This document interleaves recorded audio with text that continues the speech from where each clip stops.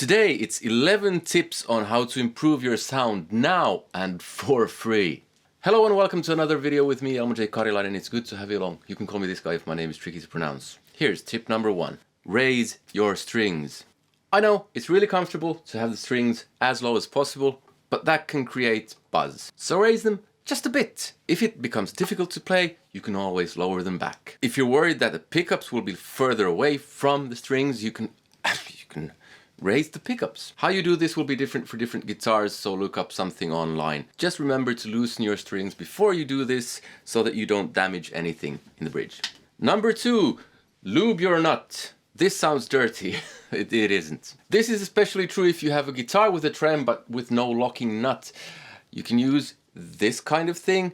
This is guitar lube. There's nut sauce. I don't know why they gave it that name. If you don't have that, you can use a simple pencil. Just lube the grooves in the nut with the pencil. So you remove the string from the way and then you add a bit of pencil and string back. Voila. If you're using your whammy bar or tuning your guitar and you hear this kind of thing,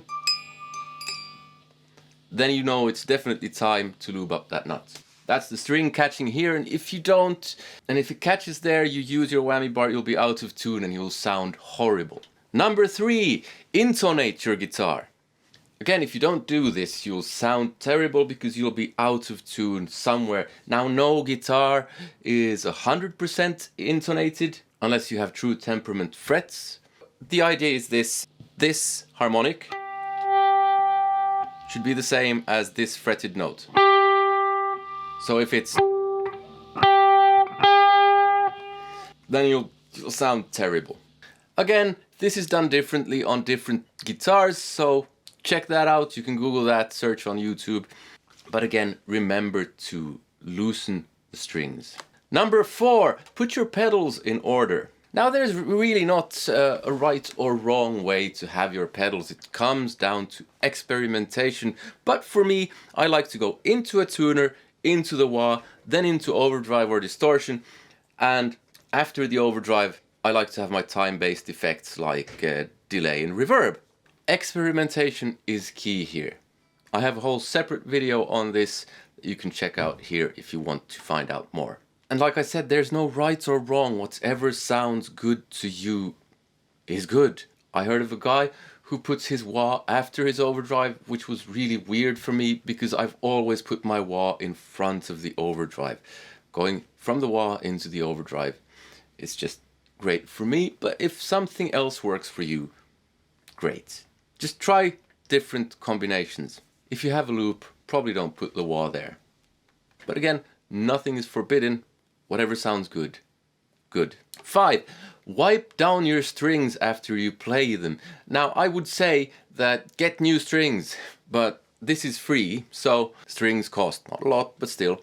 Change your strings regularly, but a free tip that helps prolong string life is wiping them down after you play, and before you play, washing your hands. This cloth is from an old pillowcase. What you do is after you play, you just wipe the neck, and also under the strings. You can be surprised by how much muck there can be under the strings. That will mean the strings last a bit longer. Your hand won't get stuck as easily everywhere, and will make your playing easier, which will improve your sound. Number 6, learn how to mute. Now this won't be instant, but near instant. Here's a popular song that you might recognize.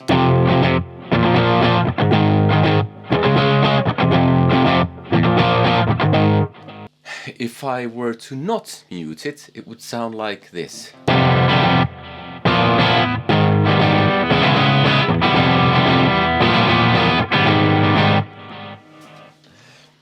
So learn to mute with your left hand and also learn palm muting because that's also important. Muting removes all the excess noise when you play, especially if you use more overdrive and louder volumes. It becomes increasingly important. And a simple riff like this, I mute parts of that with my right hand and I mute a lot with my left hand so that I can basically play everything without looking at my right hand, because I can hit all of the strings if I want to.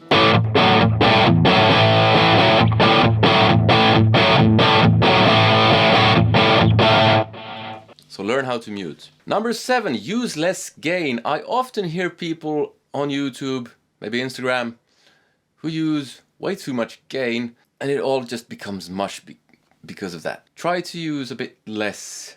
Also, sometimes it just creates extra noise. It compresses the sound. You can often get by with less. So see if you can reduce your gain amounts. This won't apply, of course, if you play clean sounds all the time. Number 8, record yourself and listen to your sound. Again, this won't be instant.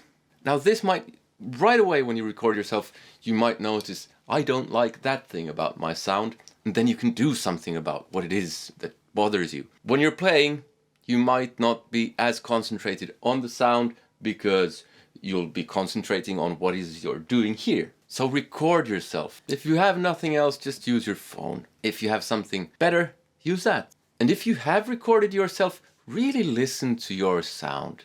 Compare it to whoever your favorite guitarist is, or whatever it is you're going for, or in that ballpark, and try to make adjustments accordingly.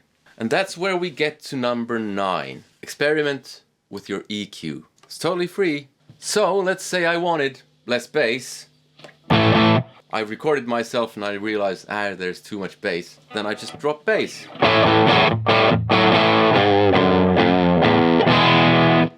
That's with bass all the way down.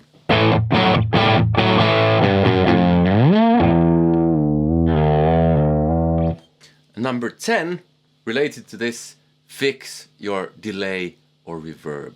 Now sometimes you can use EQ on your delay and reverb, depends upon what kind of gear you have, but some pieces of gear let you tweak the EQ of the delay and reverb, and that can be a really good thing to get that delay and reverb out of the way of your main signal, but still give that sense of space to your sound. Alternately, add some delay, add some reverb. It can really open up another dimension. So here's something.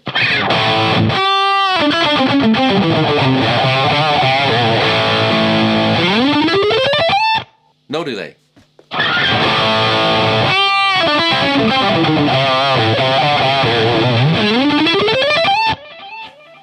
Again, record yourself after you've done your adjustments and write down what it is you do, if in case you fear forgetting what it is you do, and experiment with this stuff.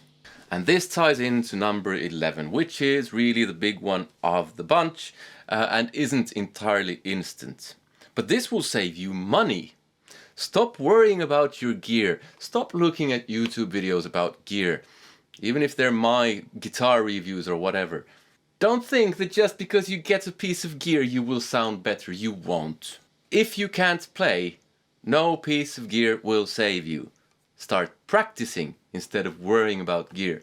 That will make you better, and it will make you better surprisingly quickly if you do it the right way. If you want a few tips on that, watch this video here. Other than that, check out my Patreon. You get access to my music lessons and a bunch of exclusives. You can even take that stuff for free. There's a link in the description to that.